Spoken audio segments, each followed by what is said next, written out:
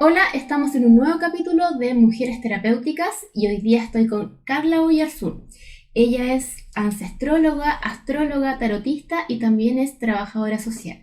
Hoy día vamos a estar conversando sobre cómo la vida de nuestras ancestras influye en nuestra vida. ¿Ya? Hola Carla, ¿cómo estás? Hola Iri, bien, Qué bueno. gusto estar acá. Qué rico que estés de nuevo en mi casa. Sí.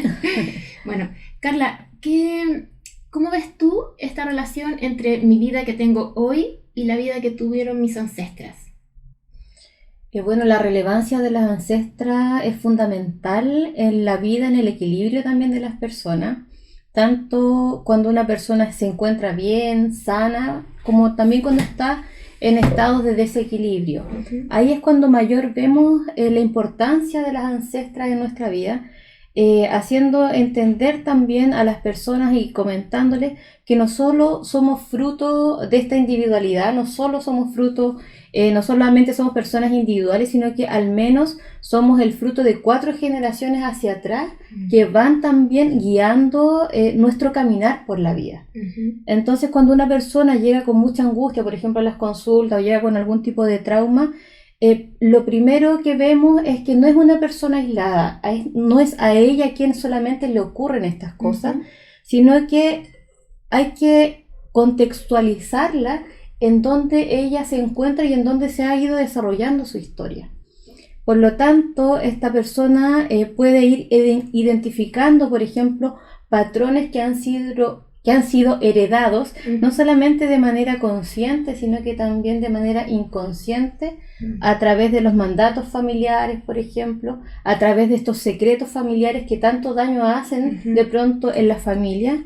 Y que justamente ahora con todo el movimiento también que estamos viviendo a nivel social, se está hablando mucho del secreto familiar como una forma también de encubrir cierto tipo de abusos familiares, que son mucho más comunes de lo que todos quisiéramos, y que afecta a un gran porcentaje de la sociedad, y mayoritariamente a las mujeres, ¿cierto?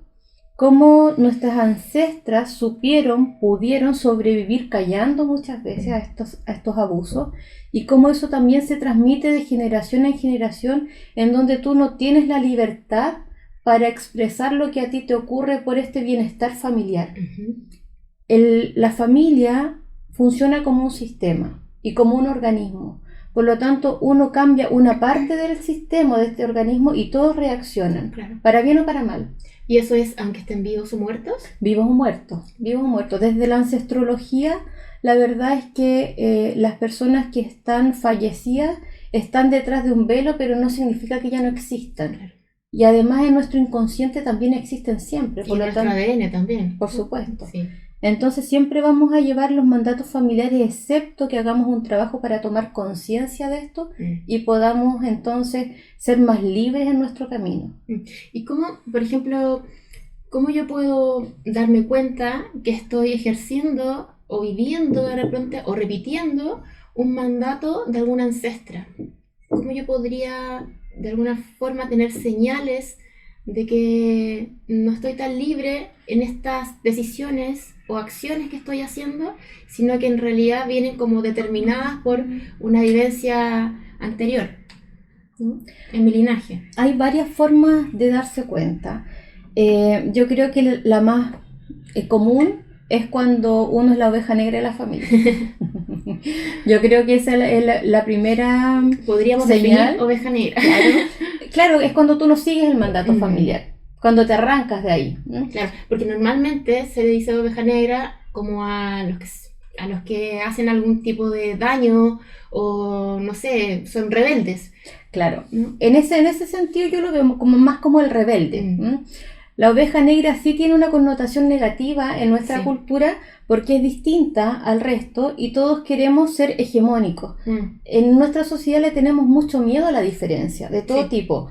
A la discapacidad, por ejemplo, a las diferencias sexuales, a cualquier diferencia, esta sociedad la excluye. Claro, como que tenemos que cumplir la norma para pertenecer, porque si no quedamos afuera. Y en todo sentido hasta lo estético.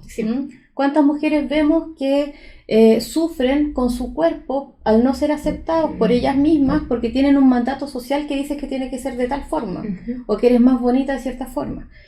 Entonces, dentro de esto, por ejemplo, las ovejas negras, que en ancestrología la verdad es que las vemos como las ovejas de colores, ¿Ya? porque son ellas finalmente las que hacen cuestionar al sistema y pueden ayudar a caminar hacia la libertad personal. Entonces, a estas ovejas negras en realidad las llamamos ovejas de colores, porque permiten introducir una duda razonable en el sistema que nos puede ampliar el camino hacia nuestra libertad.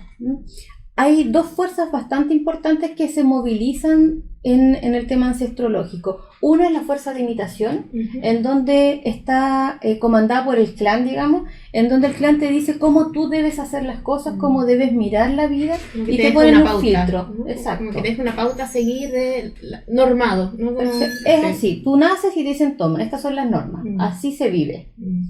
Si tú tuvieras cualquier otra visión, la familia te va a llevar a que te encauces hacia la visión que ellos te proponen. Cuando tú no lo sigues, entonces la familia se empieza a retraer un poco y empiezas a generar conflictos. Fricción ahí, ¿no? Exactamente. Que hay gente que es valiente y las resiste y que se lanza al vacío, porque esto también requiere la conciencia de que el clan es tan fuerte, las lealtades que tienes que tener, que si tú decides no hacerlo, te aíslan. Claro. Y todos queremos pertenecer. Y todos tenemos derecho a pertenecer. Seamos catalogados de malos, buenos, bonitas, feas, da lo mismo. El clan te dice, por ejemplo, acá toda la familia es médico. Tú deberías ser médico. Tu abuelo fue médico, tu abuela fue médico, fue la mejor médico del mundo, y etcétera. Por lo tanto, a la niña que quiere ser bailarina le van a quedar bien pocas opciones porque son muy poco valoradas por este clan. En donde quizás por un tema ancestrológico también decidieron ser médicos para curar cosas que en su familia no se podían remediar, entre otras cosas. Se dice, por ejemplo, que los hijos o hijas de profesores, los padres eligieron esta profesión porque pudo haber, por ejemplo, analfabetismo en la familia, pudieron ser engañados por no saber leer y escribir, etc. Y se busca el remedio en el clan a través de las profesiones, por ejemplo. Claro, a mí me pasó eso un poco, ¿no? Como con mi primera profesión, que fue arquitectura, mi papá fue arquitecto. Y él, antes de mí, tuvo 3 hijos, de los cuales 2 también son arquitectos y uno trabajaba también en su oficina de arquitectura. Entonces, yo fui la menor con harta diferencia de edad y como que no pasó por mi mente otra profesión que no fuese eso. Y cuando me lo cuestioné, fui cuestionada, por ahí sí medio apoyada, pero como no tanto, pero al final igual fue más fuerte, ¿no? Como igual estudié, me licencié y todo eso, lo pasé muy bien, debo decirlo, pero no era lo mío, pues no era mi propósito. Sí.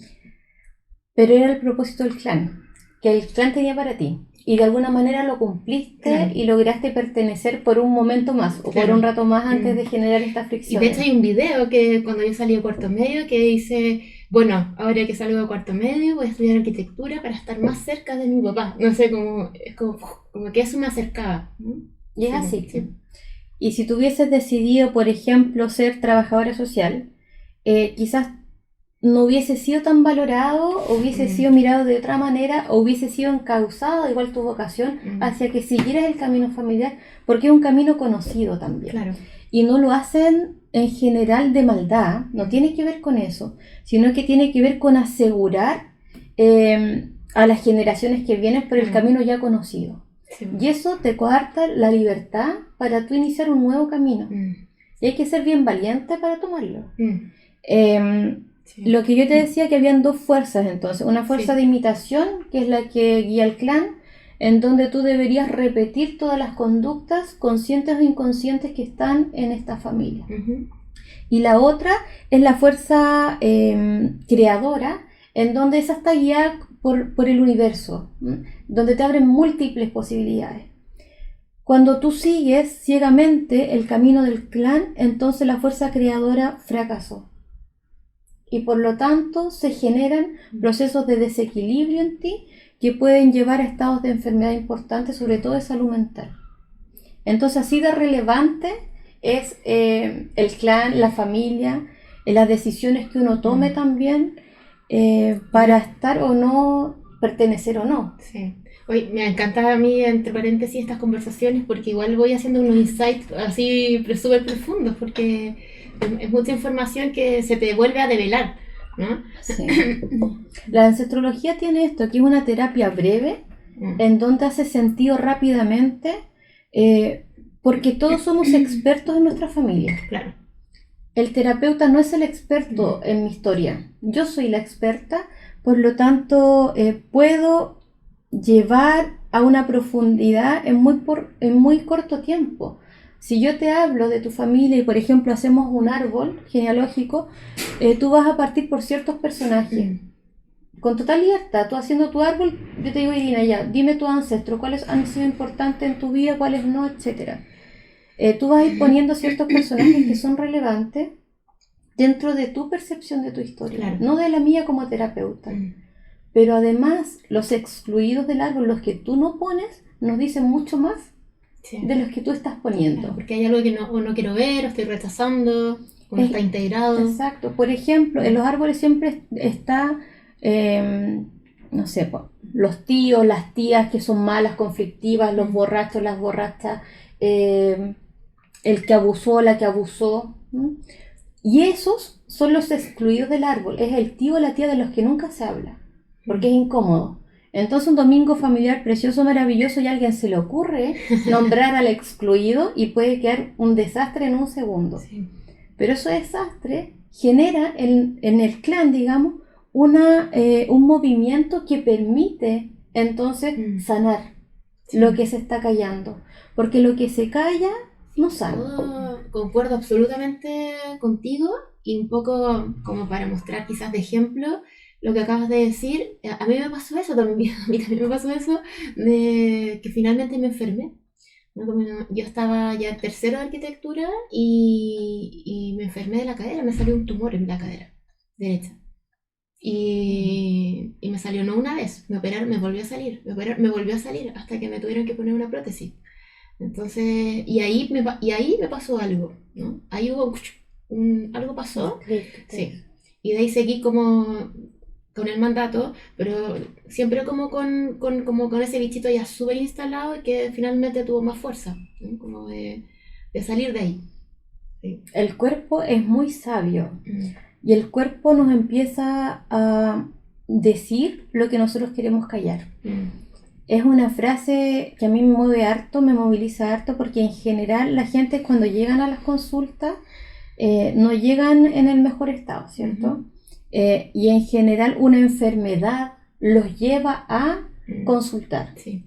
Licencias por salud mental, miles. Licencias por problemas en el útero, las mujeres, un montón. A propósito de las ancestras, nuestro útero es nuestro órgano que guía también, es como el corazón nuestro, ¿cierto? Ahí no solamente creamos vida, sino que también grandes proyectos, nuestras ideas. Y es una parte muy invisibilizada también para nosotras. Incluso en educación sexual no se nombra como uno de los órganos importantes del cuerpo, sino que se habla como cuando vas solamente a engendrar una vida. Sí, claro. Como que tiene esa función. Exacto, pero no para otros incluso, o para el sistema, claro, para el mundo. Pero, y que esté sano para la vida, claro, pero no tiene que ver contigo mucho. Sí. Entonces eso también hay que rescatarlo, reivindicarlo, porque a través del útero es que todos los seres humanos llegamos a esta tierra. Y el útero también anida memorias ancestrales de dolor y de felicidad que quedan ahí. Tus hijas, mis hijos, nacieron a través de ese canal. Sí. Y ahí, cuando estuvieron, si yo no lo quiero ver desde una perspectiva más ancestrológica, sino que aboquémonos en el momento del nacimiento, o de que están en el útero los bebés, ya que están ahí alojados, ¿cómo lo pasas tú como madre? Claro. Durante esos 9 meses va a decir mucho de cómo tu hijo va a entender y comprender también la llegada a este mundo. Claro. Y también el cómo vivió mi mamá ese proceso, ¿no? Y ahí está como el tema ancestrológico de cómo se va traspasando esto. Exactamente. ¿Cierto? Aparte que uno aprende también a ser madre por la propia experiencia de ser hija. Yo no solamente lo aprendo de los libros. Mm. Yo fui hija, tú fuiste hija. Y a mi madre también la mandató su madre. Mm. Y a esa abuela mía, mi bisabuela también la crió de una forma. Se van abriendo caminos generación en generación. Y ojalá que así sea. Pero en muchos casos no es así. Aquí yo creo que en la mayoría de los casos todavía aún no es así. Hay mucha resistencia. Por eso hay harta pega que hacer O sea, un montón. Imagínate los protocolos que hay en las realezas, que existen hasta el día de hoy. ¿Cómo pueden existir todavía? Exacto, como pueden existir. Pero ahí también de generación en generación, que son mandatos que no tienen ningún sentido, ¿sí? Que tienen que ver con protocolos de que uno hasta desconoce. Sí. Pero si lo miramos en nuestras familias comunes y corrientes, también existen, por ejemplo, esto de qué lamentable que haya sido abusada, pero si tú hablas vas a generar un conflicto mucho más grande a nivel familiar, entonces dejemos esto así, tú puedes, tú eres fuerte y yo también lo viví y yo también sobreviví, así que la familia es más importante. Claro, y también como que una parte de la información inconsciente y a veces no, es como, y ahora te pareces más a mí también, ¿no? Como que ahora estás abusada igual que yo y probablemente igual que mi abuela, o quizás igual que todas las mujeres del clan, entonces ahora perteneces aún más, claro, como que es más parte. Y eso es, yo lo he visto harto eso en consulta y es realmente tétrico, por decirlo de alguna manera, ¿no? Como el pensamiento que es a nivel muy inconsciente, pero que es real, ¿no? Como que existe. Y que si no se repara, lo vamos así como nuestras ancestras influyen en nuestra vida, si no se repara, vamos a influir también en nuestro linaje, en nuestra descendencia. Exactamente. Hay muchas... Yo soy hija de profesor de lenguaje y estoy súper consciente de que el lenguaje construye realidad. Y a veces cuando tú estás en cualquier tipo de situación se te vienen frases que no son tuyas. Sobre todo cuando uno es mamá. Empezáis a repetir frases que te decían mucho o que tu mamá utilizaba. Por ejemplo, a mí mi mamá, cuando yo no tenía ganas de levantarme, abría las cortinas y con una voz muy dulce decía hay un lindo día, y empezaba como yo creo que con la vibración a tratar de, ahora lo veo así, para mí igual me estaban despertando y me costaba, pero yo también lo utilicé en algún momento con mis hijos. Y así uno va aprendiendo de sus ancestros, porque son los modelos que uno tiene de cómo se hacen ciertas cosas. La maternidad, cuando uno recién la inicia, es tan desconocida que uno trata de esto, así se hizo, funcionó, no funcionó, pero así se hizo, no sé. Y vienen cosas que tú no recuerdas, pero que tu cuerpo y tu ADN sí lo recuerda. Y aparecen de forma automática. Y uno lo ve en los hijos. Cuando muy pequeños hablan cosas que uno dice, esto yo se lo escuché a mi abuelo, por ejemplo, a mi abuela. Sí, claro. Y a veces, bueno, a veces no sé si es más fácil, pero el espejo que genera tener, por ejemplo, 2 hijos o más, cuando el mayor empieza a tener comportamientos con el menor, ¿no? Como parecido a los que tú tienes con él, ¿sí? O con ella. Claro, porque tu hija también está aprendiendo ahí y lo está replicando o con sus muñecas, no con su guagua, o con el hermano menor también. Sí, me ha pasado eso a veces conmigo. Hoy la Florencia, como lo que le está diciendo a la Olivia, o sea, no nace de ella, lo ha escuchado de mí, ¿no? Como que haya algo que corregir ahí. Claro. Sí. Y ahí está como la opción y la conciencia que tenemos como padres de comprender la responsabilidad que tenemos de dejar en libertad también a nuestros hijos con las decisiones que ellos puedan tener o con las mismas perspectivas que se le abren en el camino. Cuando pertenecemos a familias que son muy rígidas, se castiga mucho a los niños que quieren ser más libres y lo pasan muy mal. Y en general son esos niños los que llegan a consultas y no son ellos los responsables de las situaciones que están viviendo, sino que tiene que ver que pertenecen a una familia que no está acogiendo su necesidad creativa. Sí, es verdad. Entonces, hay que equilibrar, porque como te refiero, no pertenecer al clan es un costo que yo no quisiera pagar, porque es excluirte, es como cuando te exilian, así de duro. Queda sin raíces, sin fuerza. Exactamente. Y tienes que empezar todo de cero, porque tampoco puedes replicar ciertas cosas porque está prohibido por el clan que tú quieras tomar algo de nuestra familia. porque tú no rechazaste completamente, arréglatela solo. Mm. ¿Qué pasa con la descendencia de esta persona que es excluida del clan? Esta persona siempre va a querer pertenecer inconscientemente, hasta que ya se puede dar cuenta de que puede hacer su camino, etcétera, etcétera. Pero no solamente las consecuencias son para esta persona, sino que también para todo el clan, porque el excluido va a resultar que su energía va a quedar en este árbol porque pertenece a este árbol y se va a tomar de otra persona. Esto en general se saltan como una generación. Por ejemplo, cuando tú dices, ¿cómo mi hija o mi hijo es tan bueno para tomar? Si la verdad es que en esta familia nunca se ha dado un mal ejemplo. Claro. Pero resulta que el tío borracho, que ustedes, todo el clan excluyó porque se manda pura a embarrar las fiestas familiares y que nadie habló de él, resulta que igual quiere pertenecer. Por lo tanto, igual nos va a hacer a todos mirarlo, claro, a través de otro. Y quizás te va a doler más porque va a ser más cercano, va a ser tu hijo, por ejemplo. Entonces, es súper importante no excluir a nadie en el clan. Y eso no quiere decir que uno anda abrazando al que hace daño, no tiene que ver con eso. Tiene que ver con entender que él pertenece. Independiente que yo no quiera tener ninguna relación con esta persona, que a veces es mucho más sano, pero él pertenece, fue parte. Yo no mostrárselo a mis hijos, por ejemplo, sería un error tremendo. Negarlo. Oye, Carla, ¿y qué pasa, por ejemplo, con cuando hay una situación donde mi mamá o mi abuela o mi bisabuela, por ejemplo, o no estuvo presente, no sé de ella y probablemente también generó algún tipo de mandato o comportamientos que son considerados negativos? ¿Yo cómo puedo como acceder a esa información o cómo puedo como reparar o tratar de resolver esto, ¿no? Como para liberarme de alguna manera de estos mandatos ancestrológicos, ¿no? Que vienen hasta mi vida.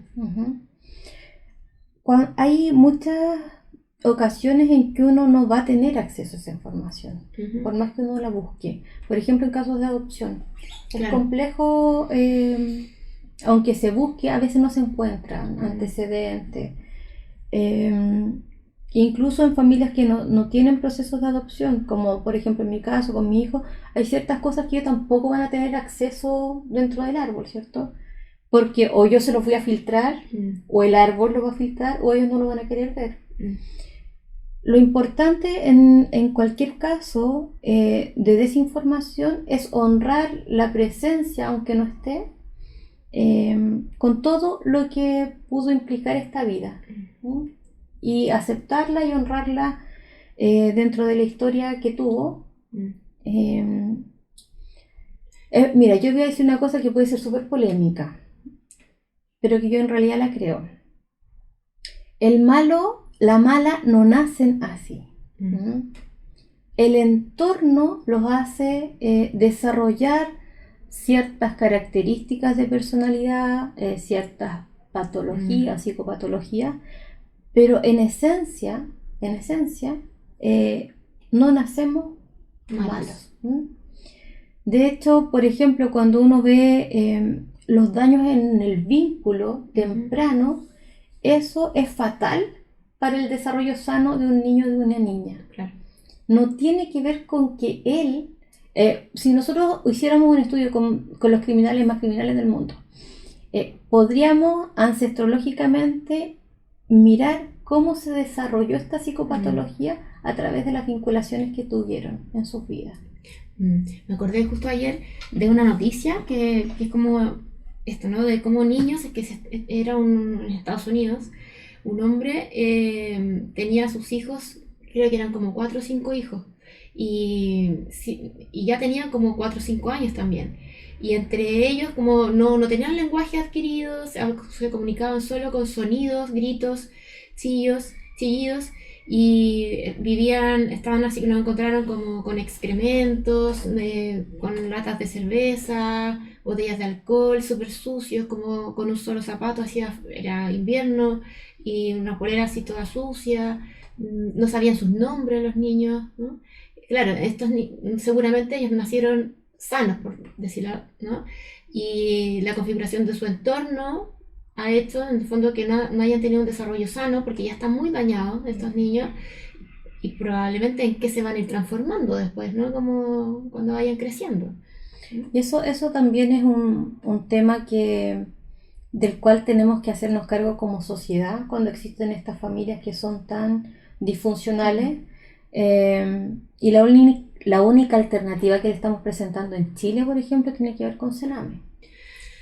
Va a ser un tema que no voy a Sí. profundizar porque si no puedo estar todo el día. Pero me viene a la mente con lo que tú me estabas comentando, la película del Joker, por ejemplo. Yo creo que todos la vimos, nos impactó profundamente, pero tiene que ver Claro. con una realidad que es mucho más común de lo que nosotros quisiéramos. El nivel de daño que puede causar la seguidilla de abusos, vinculaciones complejas, tóxicas, en una persona que puede tener este tipo de resultados.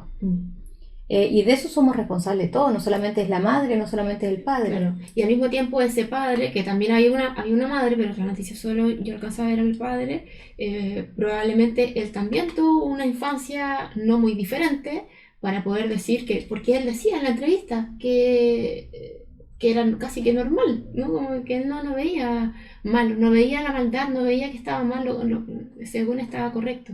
Entonces él tiene instalada una forma de hacer las cosas que por algo es también. Entonces ya vamos una generación más atrás y así seguramente como fue. Carla, y por ejemplo cuando mi madre o mi abuela, a veces las abuelas también han ejercido mucho poder, abuso de poder, de alguna manera tienen una historia muy dura, ¿no? Como madres o con abuelas muy negligentes o muy tóxicas. Y la hija, en el fondo, la mujer que está ahí, está tratando de liberarse de esto, ¿no? Pero tiene todo este mandato de que las cosas se hacen así, o en el fondo este es tu camino, no tienes otro. ¿Cómo podrían hacerlo cuando el aprendizaje de la madre es tan profundo, ¿no? Es como que nos queda grabado a fuego. ¿Cómo podemos liberarnos de ese mandato de la madre o de la abuela cuando ese mandato es tóxico? Yo creo que se parte por ser consciente de estos mandatos tóxicos, porque a veces uno los reproduce sin cuestionarlo. Y cuando los cuestionas, entonces tú dejas de querer a tu mamá. Eso es como lo que dicen las mamás o las abuelas que son un poco tóxicas. Si tú no haces lo que yo hice y lo que yo te digo que es bueno que hagas con tu pareja, con tus hijas, etcétera, entonces tú no me estás validando como mamá, tú crees que yo no sirvo y gracias a mí tú estás en esta vida. Claro. Esas son las tipos de chantaje. Yo que te di la vida, claro. Yo que te lo he dado todo, yo que dejé todo por ti. Exactamente. Frases que son duras. Yo me sacrifiqué, yo no tuve estudio, claro. Yo no tuve vida, no tuve otro hombre, no rehice mi vida porque estabas tú. Entonces, primero, cuando uno es niña, es súper complejo hacerse cargo de estas frases que son puñaladas. Sí. Una niña o un niño no tiene ninguna herramienta, ninguna, como para asumir eso y decir, es de ella, no es mi historia, porque el referente en general más importante vincular para un niño o para una niña tiene que ver con la cuidadora, que en general es la madre. Puede ser una abuela, puede ser un tío, puede ser que le tocó, pero en general, sobre todo en Chile, en las sociedades más latinas, tiene que ver con la madre. Y en algunos casos la abuela. Y la abuela. Materna, por general. En todos los casos, porque siempre va a estar la figura de la abuela, ¿sí? Omnipresente, siempre está.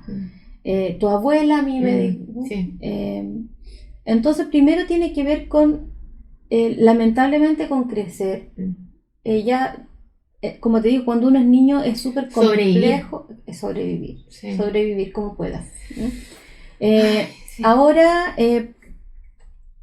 en la vida siempre hay gente que te puede contribuir, ayudar, un profesor, un orientador, alguien que te ayude como a sobrevivir eso. Pero como te refiero, las niñas y los niños no tienen ninguna herramienta para hacerse cargo del peso de esa frase que te sepulta por tu culpa, y no, ni siquiera lo dicen así en ocasiones, ¿eh?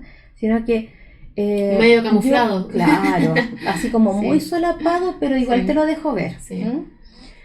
El tema de que no hayan resuelto el abandono del padre, por ejemplo, ellas, su propio padre o sus parejas. También se responsabiliza en muchos casos a los hijos y a las hijas.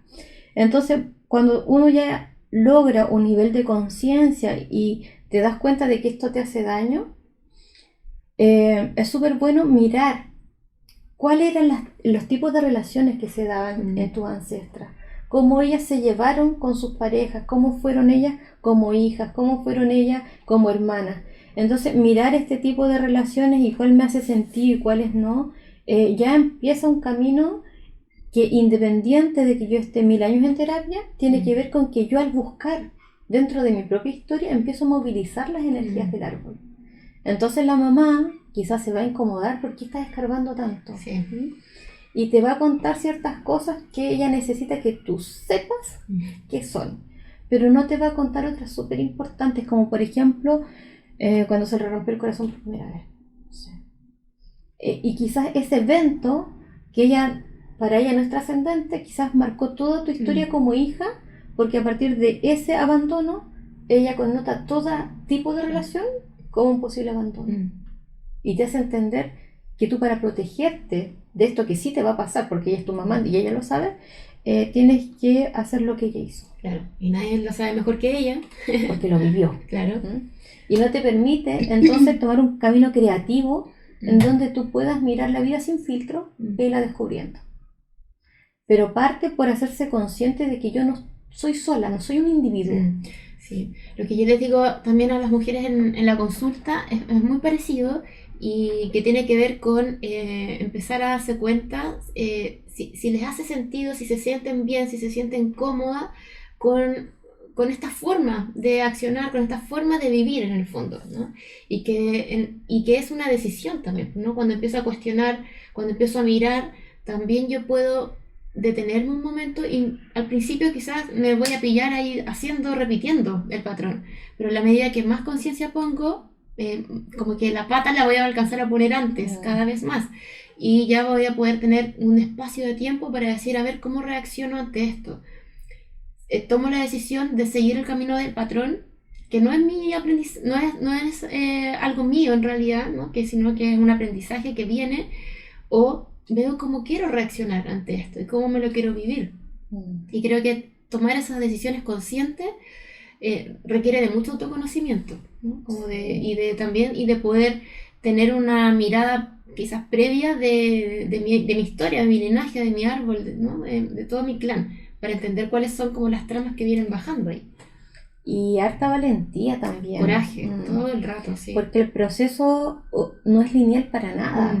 Entonces, cuando uno inicia, por ejemplo, una terapia de este tipo, como tú movilizas todo el sistema, la que fue a terapia va a tener resistencias del árbol. También, yo no quiero mostrar solamente la parte negativa, porque así como el árbol te enferma, el mismo árbol está la llave de sanación. Claro. Ahí mismo está. Uno lo busca en la India, te voy a retiros por otras partes, cuando es dentro de tu propio árbol, es donde se encuentran las soluciones.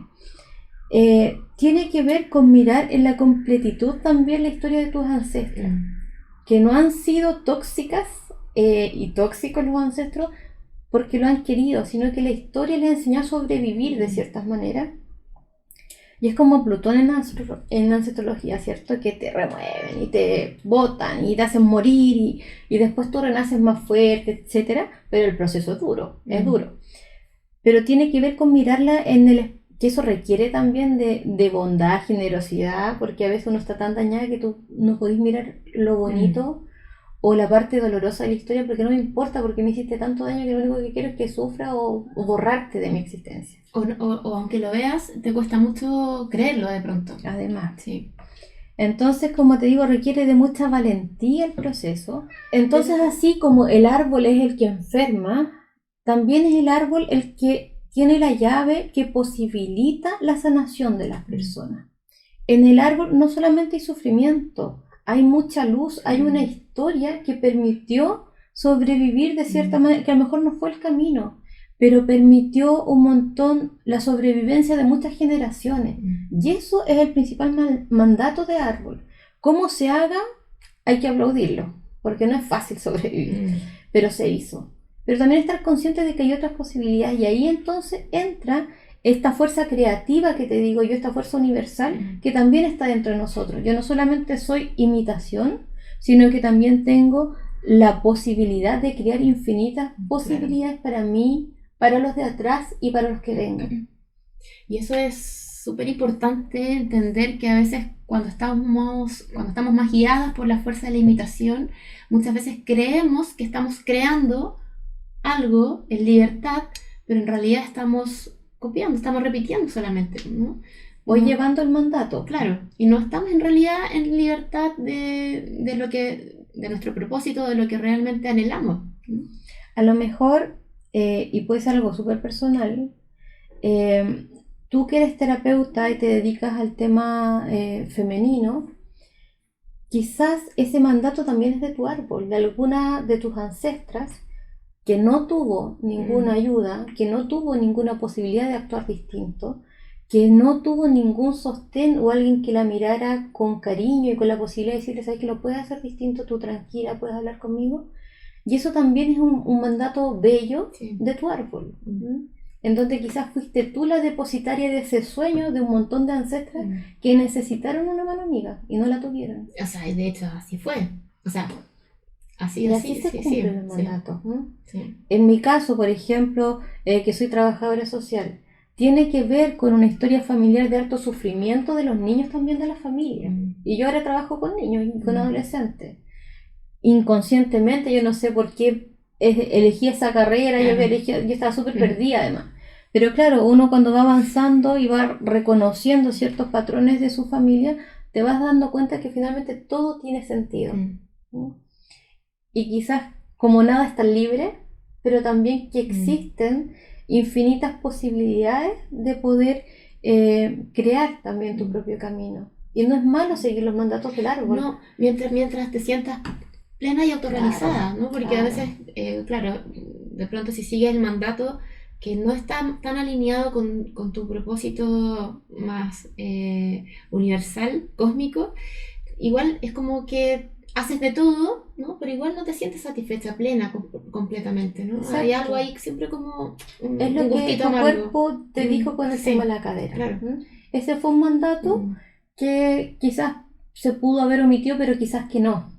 Porque si no, no te hubiese llevado a cuestionarte muchas cosas y a tomar esto como esto es lo que yo necesito. Pero sin haber recorrido lo otro, no hubiese llegado quizás a esto. Sí, y hubo dolor físico, mucho dolor físico, dolor emocional, depre congelé 2 años la carrera, entonces sí, pasa eso, es una crisis, ¿no? Pero después viene como como un refresh, ¿no? Sí, claro. Sí.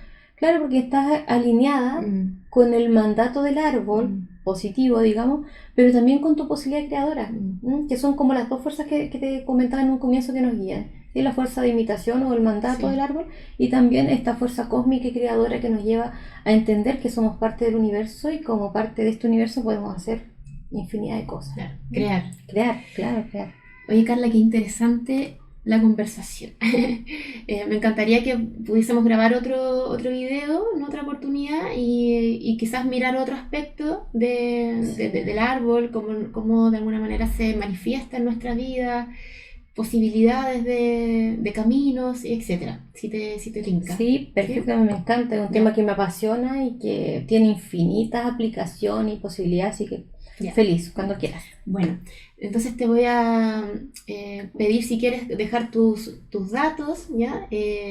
Tus redes sociales para que te puedan contactar. La Carla, bueno, tú ves el tarot, haces cartas natales y también haces sesiones de ancestrología.